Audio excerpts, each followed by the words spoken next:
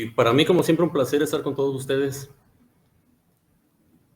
Iniciamos, pues ahora sí que el año, el día de hoy, porque las últimas 2 sesiones no pude estar con ustedes por cuestiones igual aquí de trabajo. Pero bueno, vamos a iniciar este año con todo. Nunca es tarde para comenzar. Les mando un saludos. Bien, les mando un saludo. Saludos a Yasmín García. Un gusto verte, Yasmín. Bien, José, Claudio, Esther, Fabián. Saludos a todos. Bien, vamos a comenzar con la proyección del material. El día de hoy, pues, voy a compartir con ustedes un tema muy interesante que se llama estatutos sociales. Bueno, ya lo tengo por acá. Híjole, no sé qué se le movió por aquí a la presentación. No era precisamente esa mi portada, pero bueno, vamos a ver por acá este tema, ¿no? Estatutos sociales de las sociedades mercantiles. Y bueno, comenzamos. Primero que nada, el tema de estatutos sociales va de la mano con lo que son las personas morales, las personas colectivas, las personas jurídicas, de cualquiera de las 3 formas que les acabo de mencionar, es como podemos llamarlas. Y estas sociedades, pues bueno, tienen obviamente como nosotros, pues una característica de existencia. Nosotros como seres humanos, pues obviamente nos definimos como una persona física, es decir, un ente que es físico, que es tangible, que podemos ver, que podemos dialogar, que podemos interactuar, y todos ellos somos nosotros, ¿no? Tenemos esa cualidad, esa virtud. Sin embargo, las sociedades mercantiles no son de esa naturaleza. Las sociedades mercantiles son una ficción de la realidad, es decir, una ficción que ha sido creada por un legislador y que por lo tanto viene a constituirse de la mano de personas físicas o de personas colectivas, de personas jurídico-colectivas. ¿Cómo es esto?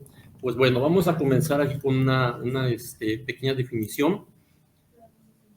Y las sociedades entonces mercantiles, ¿qué son? Es una persona jurídica colectiva formada por 2 o más personas físicas o naturales, y que también pueden ser inclusive colectivas, como les acababa yo de mencionar. Esta es organizada para realizar lícitamente actos de comercio. Es una particularidad de lo que son las sociedades mercantiles, el hecho de poder realizar actos de comercio.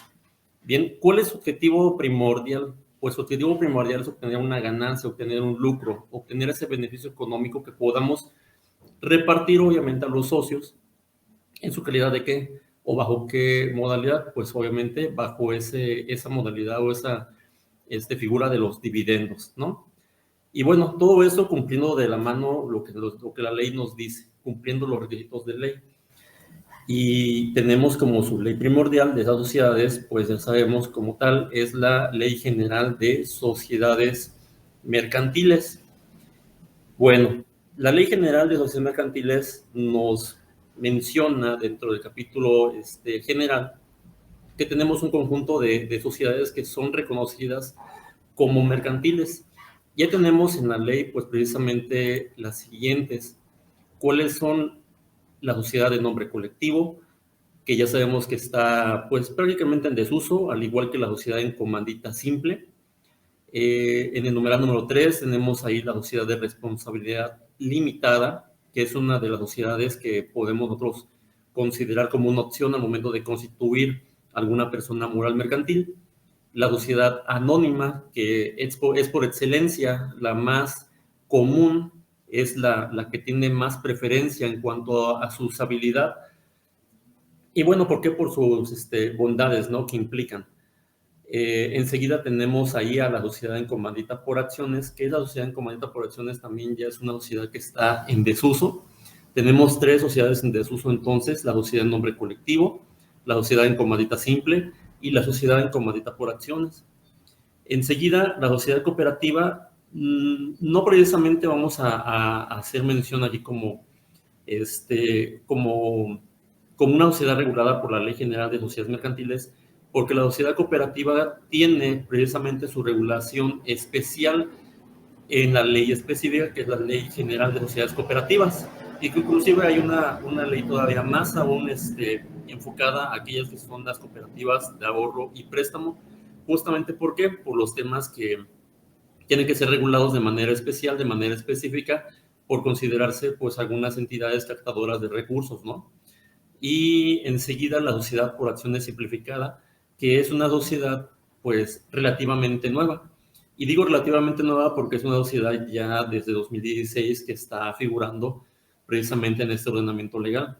Y que si bien es cierto, en aquel momento cuando estaba por la administración pública anterior, se preveía que esta sociedad tuviera su auge o tuviera sus beneficios para que pues la sociedad, aquellas personas, los comerciantes que estaban dentro de la informalidad, pues virtieran su interés a formalizarse, ¿no? A entrar dentro de lo que es pues el comercio formal. No tuvo como tal esa característica, inclusive yo considero que por ahí los regímenes interesantes del RIF, pues obviamente tuvieron mayor captación de personas que querían pues brincar a ese apartado de la formalidad, ¿no? Esta sociedad, pues no. Una particularidad que podemos destacar de esta sociedad, como bien sabemos, es que puede ser un unimembre. ¿A qué nos referimos con ser unimembre? A que, pues bien, la sociedad puede constituirse con una sola persona.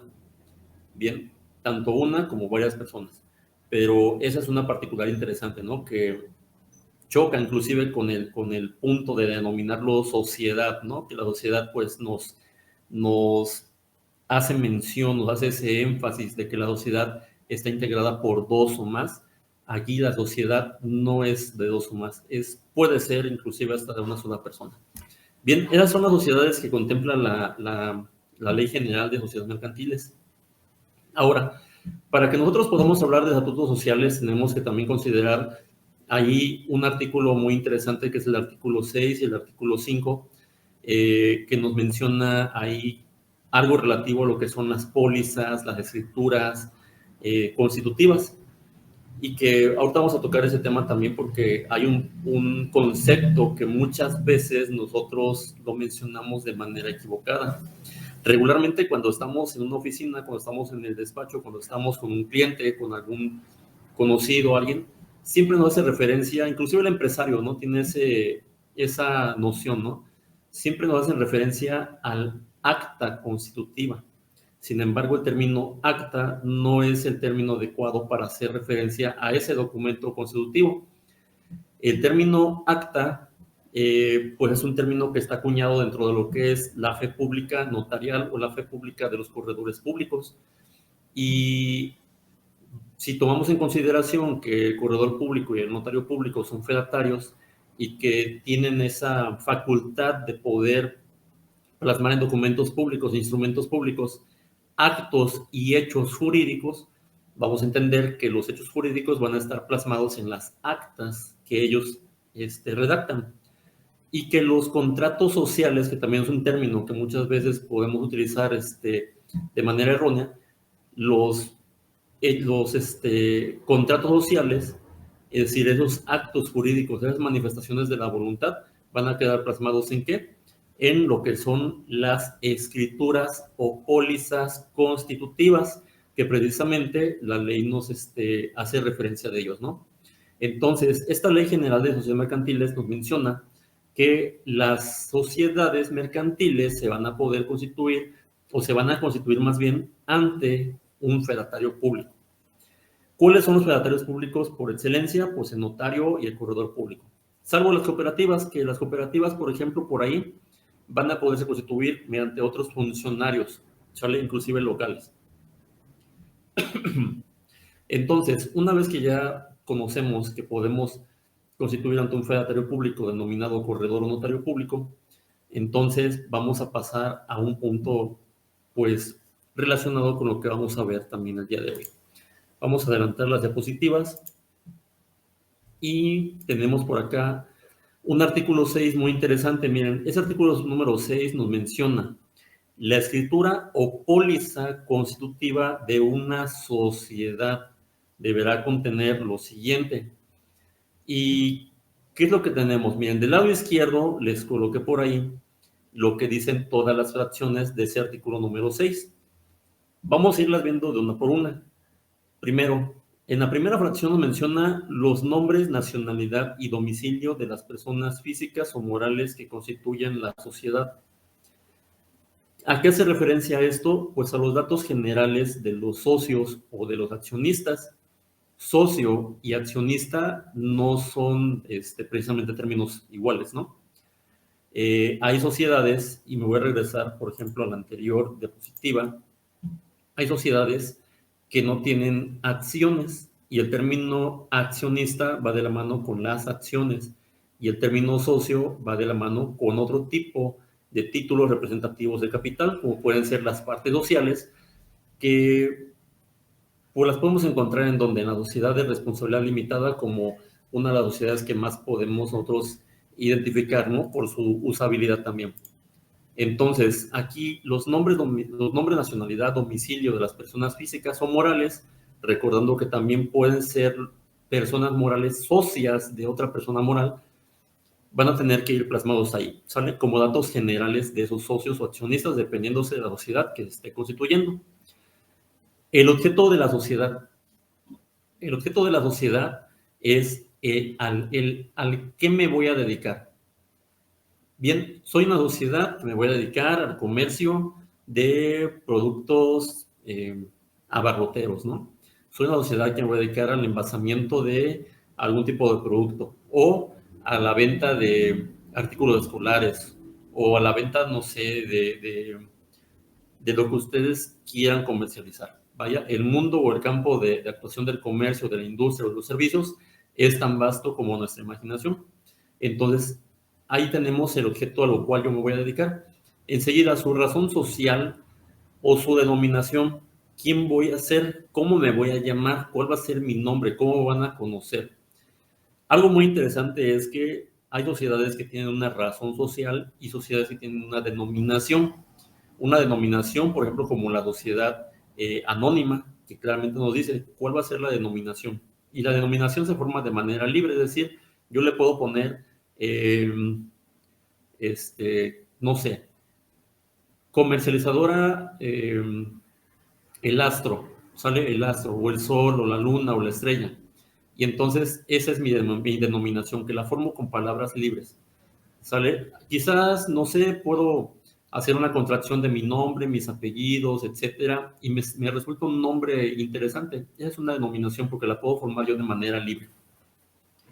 Por su parte, la razón social no es así. La razón social es un nombre, vamos a decirlo así, un nombre que se forma con, pues, los nombres de las personas que lo integran, ¿no? De los socios que la van a integrar.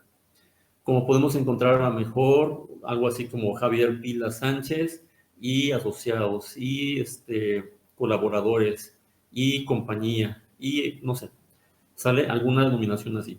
Entonces se forma con el nombre de uno o varios de los socios que integran lo que es esa sociedad. Por otra parte, enseguida dice la fracción número 4, su duración, misma que podrá ser indefinida. Eso es relativo a nuestra existencia. ¿Cuánto yo preveo que va a durar mi sociedad?